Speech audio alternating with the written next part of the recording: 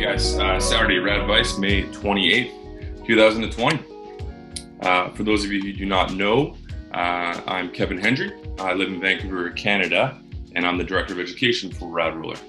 If you want to follow up with any questions or thoughts or debates, follow me on Instagram, Mobility Master, or please feel free to email me at any time, kevin@radruler.com. So the questions we're going to review today over about the next 20 minutes, and then we will open it up and we can have some live questions, which you guys can just fire my way through chat. First up, how much time should be spent on mobility exercises and movement versus lifting weights, running, and higher intensity activities in my exercise program? Next, what is the greatest predictor of future injury? Is there any way to prevent injuries? Next, we've got, I feel as though I have tension from my neck all the way down to my low back. Could this be a tight muscle? What else could explain it? Then we have, I'm 6'8" and have suffered with kyphosis for my adult life. Recently, I've been using the RAD roller every day for up to an hour. Is it possible to reverse a kyphosis? In the spine, we'll review what that is. And then lastly, what are the best ways to release the rotator cuff? Alrighty, so we'll just review kind of a very rough calculation that I use and have had a lot of success with. Certainly not a precise science, but I truly believe that as we age, we need to spend more time working on mobility and movement in our exercise program. So kind of a rough guideline, like if you're a 20-year-old and you have no pain, no injuries, you're a high-performance athlete, maybe 20% of your program, your warm-up can be on keeping what you have, which is that amazing multifaceted movement. This is going to be recovery after a tournament when your body's sore. This is making sure you arrive to the field or the court early. You're doing warm-up, and this is being mindful in the weight room where it's not all about lifting heavier weights and being bigger, faster, stronger. It's also training in 3 planes of motion. So if you've taken any of our courses, Matthew, who's on the call here, I know you certainly know our system very, very well. We're all about training in 3 planes, so sagittal, frontal, transverse, not just doing the old school bodybuilding. So conversely, if we're dealing with a woman who is 7 years old, perhaps has some limited range of motion, stiffness, some pain, we'd flip that equation and we'd say, well, about 70% of the time, we would want her to focus on reclaiming mobility, expressing proper movement, and then the other 30 roughly would be on performance. So lifting weights, which is phenomenal for just strength, bone density, balance, all of these other factors. So even though RAD roller is primarily about mobility, it is part of the equation, and that's a simple way to kind of put things into context and determine what are you going to do with the individual you're working with if you're a fitness professional, or conversely, what you're going to do with your own program. Alrighty, what is the greatest predictor of future injury? Is there any way to prevent injuries? What a great question. So research shows, and I've looked at all the systemic meta-analyses and whatnot. The best predictor of future injury is straight up past injuries. So there's a great study out of, I believe, Duke University, actually. And what they found was it pretty much looked at lower body injuries. And they found all sorts of correlations between an injury that happened in the past, and then that sort of was strongly correlated to a new injury. So ACL and knee injuries were linked to a successive injury of the same ACL. I know lots of friends who've had 4 ACL injuries on the same knee, but then also injuries in the lower extremity, so down in the ankle, the foot. Hamstring strain was associated with a subsequent hamstring strain, so same side ultimately, and then affecting both knees. Previous Achilles tendon rupture increased the risk of a similar injury on the other side of the body. An ankle sprain highly associated with re-injury of either the same side or the other side. And if you work with athletes, basketball players, they're always rolling those ankles. It just seems to be this perpetual cycle. And what explain this? Well, post-injury changes. Really, what they do is they change strength, they change balance and proprioception, kinematics, and sequencing of how we use our body. So ultimately, that affects our motor control, that kind of loop in our body to express movement. So moral of the story here is when you have an injury, you need to get on it right away, and you need to try to do as best you can to fully rehabilitate it. Not just the 60%, not just the 70, to 99% if you can. I don't say 100 because that may not be possible. So let's touch on the functional movement screen, which is a screen that I still use to this date. It's phenomenal. They used to market it as a predictor of injury. There's a study in 2018 out of Texas, and what they determined was the FMS screen was actually only slightly better than a coin flip when it came to predicting future injury. So they assessed Division II athletes of various sports, and they found it was pretty much random. If somebody had a low score in the FMS, it didn't necessarily mean they were going to get injured in the future. If they had a high score, it didn't necessarily mean they weren't going to get injured. So the FMS is still a great screen. Use it, but really it's to inform you about movement quality and what's going to be smart to work on. And then I just have 3 quick anecdotes in terms of when things in somebody's history really explain how they're presenting the way they were. So first up, you see the individual with a hand tied behind the back. I had a client who grew up in England, born in the 1940s, and went to boarding school, and she was left-handed. Well, back then, it was like a cultural faux pas to be left-handed. So what they would do is tie your arm behind your back throughout the day so you cannot use it, to try to convert you into being a righty. So now fast forward, I'm seeing this woman who's in her mid-60s. Her left clavicle, man, it is hypermobile. It's clicking, it's clunking, it's cracking. It really has no stability whatsoever, and it's very painful. There's osteoarthritis, there's inflammation, there's atrophy of all the muscles around it. Well, fast forward to when she was a kid in elementary school, that explained why she had that, because with the arm tied behind the back, it rolled the clavicle forward, and she was really sort of set in that position.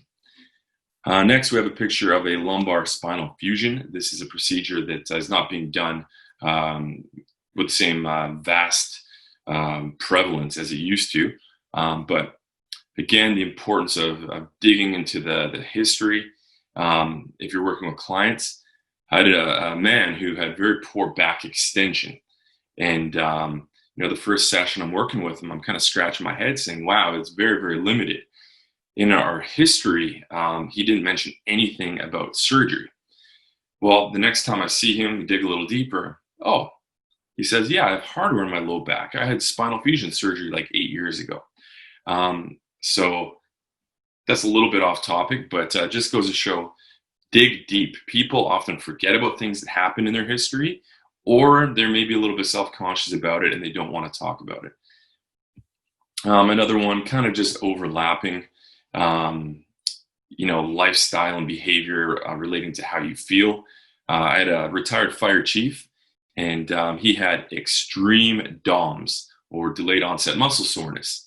So his body was so stiff and achy, he could barely get out of bed. And this was a very fit, athletic man.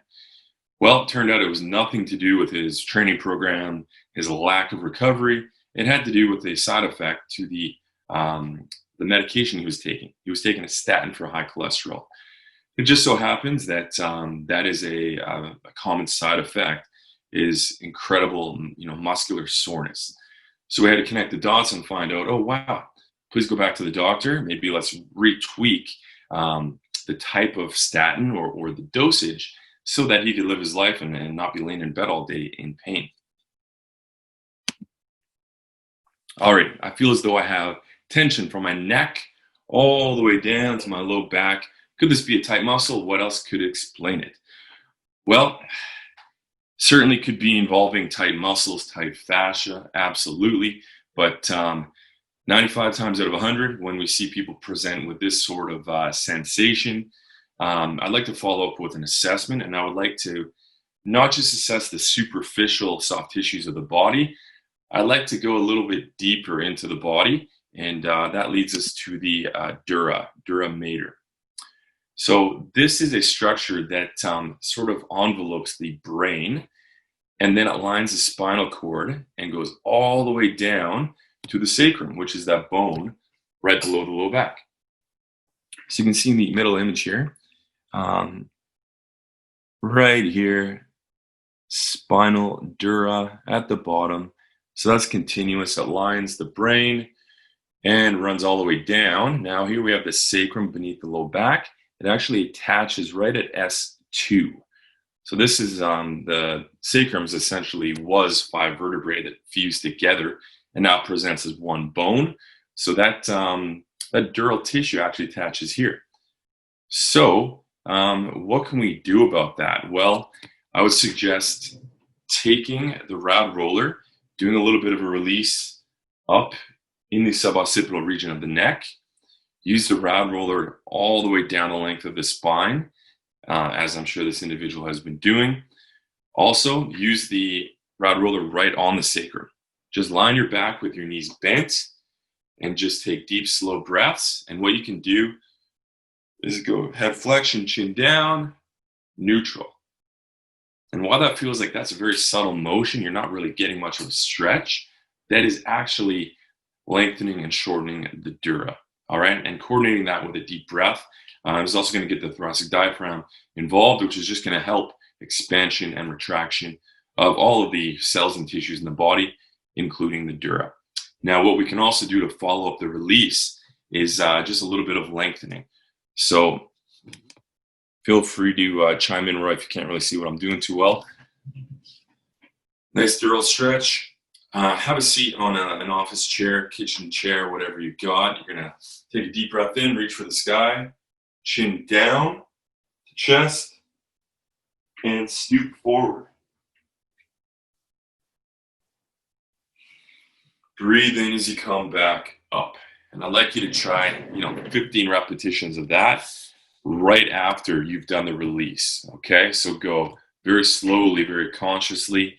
And again, what we want to do is anchor the pelvis and just really target the dura. So very, very simple way to do that.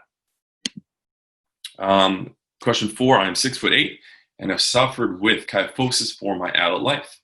Recently, I've been using the RAD roller every day for up to an hour. Is it possible to reverse a kyphosis? All right, well, 6'8". I hope you played basketball or volleyball. That's a very solid frame. And first thing that comes to mind, in society, we focus so much on aesthetics and how things look. Please, let's change our mindset. We're all perfectly imperfect. Nobody is symmetrical. Nobody has perfect posture.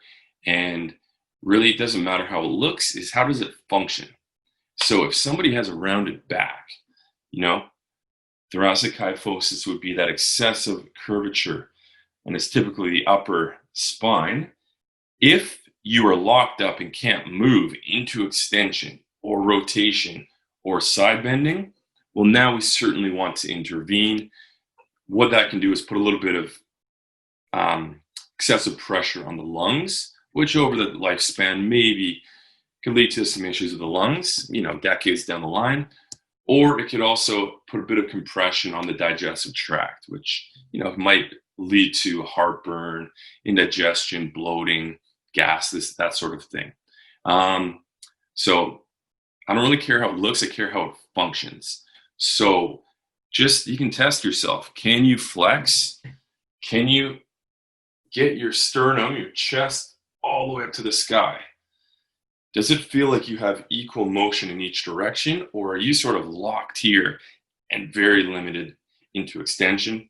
You can also try the isolated side bending and then just the seated thoracic rotation. Do you have much difference between sides? So kyphosis associated with often tightness in front. So I'm going to hop off to the side here and show you a little bit of self-myofascial release with the RAD center. And then we want to strengthen the backside because it's usually correlated with a little bit of weakness and the posterior chain of the body. All right, so I'm going to jump right over here. Please let me know if I need to adjust camera angle. I'm going to stop sharing my screen.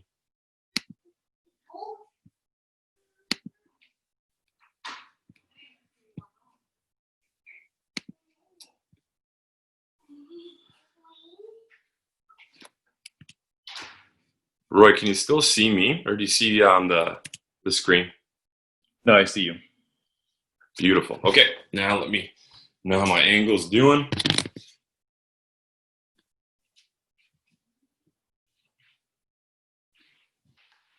Looks good. Okay, thank you very much. So you've been working on the back side of your body with the RAD roller. Keep that up. That is a great call. For now, I'd like you to try taking something like the RAD center. If you don't have one, use what you have at home, perhaps a volleyball or something, and just do a little bit of compression through the front of the rib cage, through the sternum, through the pecs and the front of the shoulder. Okay? So you don't need a lot of pressure. To start out, try it on your back, but then you can progress to doing it face down on your stomach. This is going to have a little bit more compression through your body weight and gravity. So like so.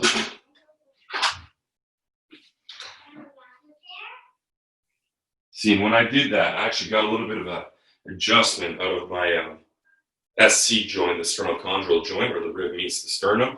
So I got a nice little self-adjustment out of that. So definitely recommend adding that step to what you've been doing. And when it comes to strengthening, well, before strengthening, we're going to go through a few range of motion type activities. So RAD axle, or any sort of roller you have with this shape. Support the weight of your head like so. A little bit of extension. Easy does it, nice and slow.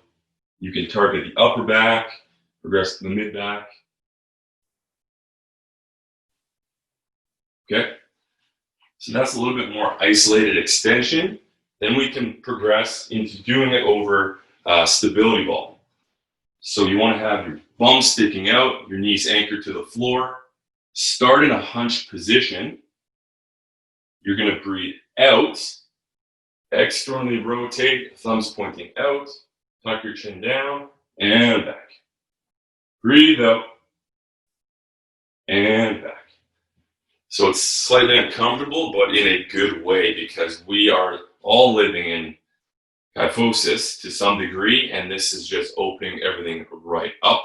Now in terms of strengthening, if you have stability ball and a light weight, so you're really going to anchor your free hand to the floor, your feet to the ground. Now, I have a 15-pounder. I mean, I would start with 3 or 5 pounds. For the sake of demoing, we can even use the RAD Atom, which is, about 2 pounds. Anchor 3 points of contact into the floor. Essentially, reverse fly. So half the battle is just keeping your body positioned where you're anchored into the floor with what we call closed chain stability. But then you're certainly going to feel it in the moving arm through the backside, and this is really going to target where you most likely have some weakness. Alrighty. So next up, we've got question 5. Rotator cuff. Yeah, so perfect. Rotator cuff, we've got essentially 4 muscles constituted. First up, what we can target, and these are kind of hard to reach spots, we can target the supraspinatus. So if you find your clavicle and the upper traps, you want to go sort of in behind that complex there. Now, I like to take the RAD recovery round, compress. We can just do what we call the pin and hold. So just hang out here. Or we can do some active movements with our arm that are going to actually lengthen this precise muscle. So we can do kind of like the empty can type motion. Thumb up, thumb down. So you're filling up water, pour out the glass of water, or we can do like a delt raise, arm up to the side, palm up, palm down. Okay. Next, we've got the infraspinatus and the teres minor. So they're going to be this pocket right in the back side of the shoulder, and my go-to would be the RAD roller. Okay, so you can either do it elevated on like a block, is what I tend to do, or you can just do it on the flat ground.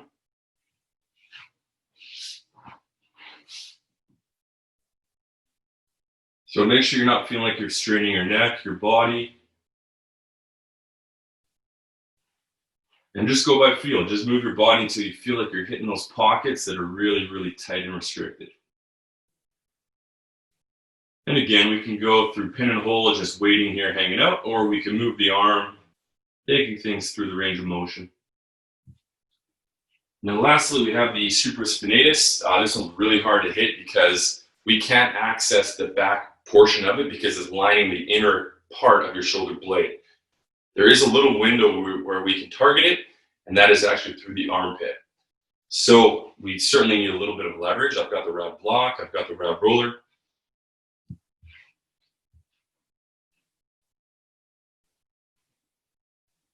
And this one takes a little bit of playing around to make sure you found the right spot, and boom, there it is.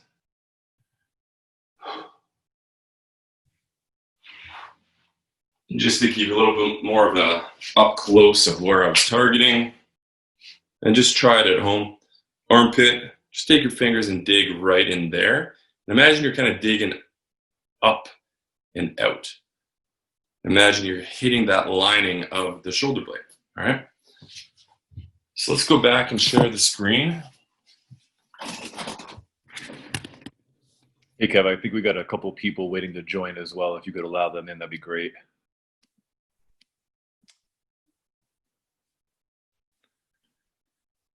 Okay, hang on a sec.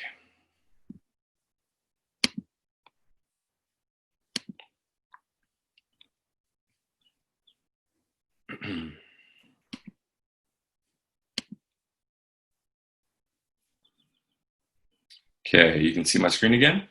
Yes, sir. Perfect.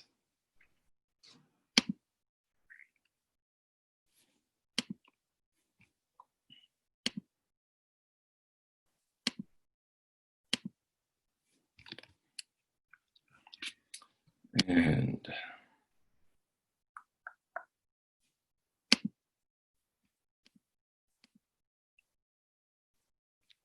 there we go, just invited them in.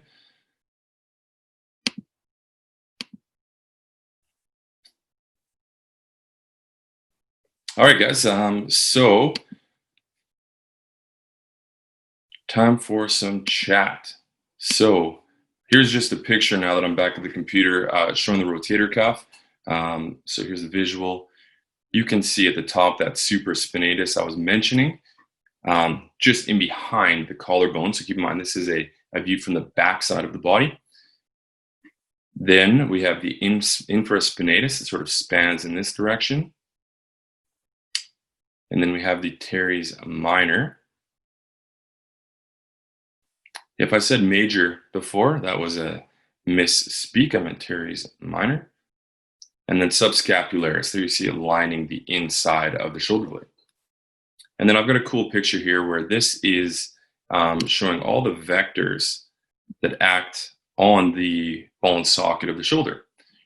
So, you know, rotator cuff gets a lot of attention, and for good reason, but there are so many other muscles or kind of vectors, lines of pull that operate on the shoulder.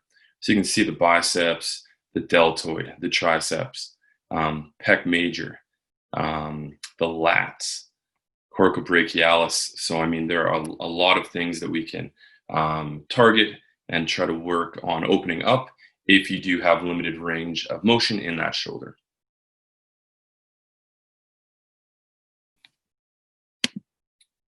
All right, guys, so let's open it up to some live chat, see if you've got any questions for me.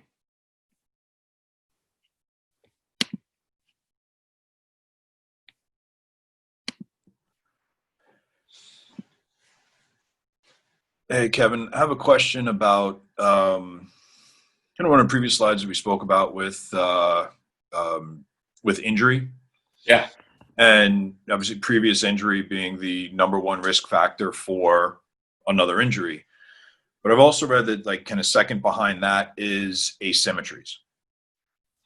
So when it comes to working with somebody with that asymmetry, I've seen kind of two different schools of thought. One being we work the side that has the issue, kind of leaving the other side alone. And then I've also seen, do double the reps, double the time on that injured side.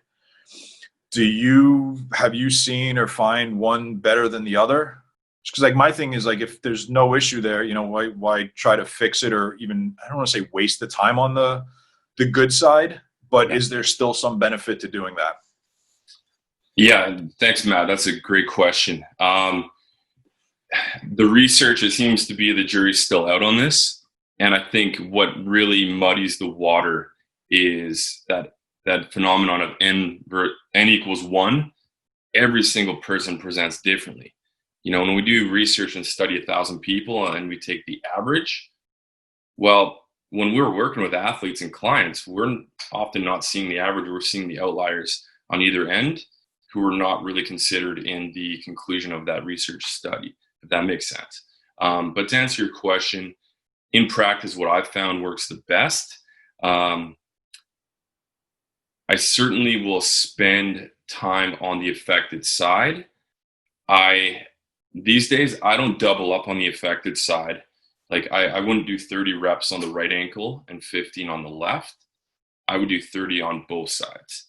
I'm taking into considering that whole crossover effect where, like the research where if you've broken your femur, your whole leg is in a cast, you can do some reps of like leg extensions on the left leg, the unaffected leg, and there's actually benefit to the right leg that's in the cast because, it all goes through the midline, it goes through the spinal cord, and ultimately back to the nervous system and the motor cortex and cerebellum and whatnot. So I really kind of go out and look at it from a bird's eye view, and I want to get them as quickly as possible out of the like isolation work, just doing one side and getting into the bilateral movement, which is closer to mimicking reality, which is going for a run, which is playing soccer. So maybe 8 years ago, I would do a little bit more of the 2-to-1 ratio. I just found I had better results when I kind of kept things going bilateral, as needed. If you need a little more TLC, tender loving care on the affected side, of course, treat it, work on it, give a little extra homework. But currently, that's what seems to work best for me. And the research, is still a little unclear. There's not one definitive verdict. Awesome. Thank you. Thank you, Matt. Awesome. Okay, guys, we'll end it at that. Thank you so much for joining. Thank you for your time. And if you have any follow-up questions or would like to discuss anything, please feel free to reach out to me. Email kevin@radroller.com. All right, guys, so we'll sign off there. Have a fantastic Saturday. Have a great weekend. And we hope to talk to you soon. Take care. Thanks, Kevin. Thank you. See you guys.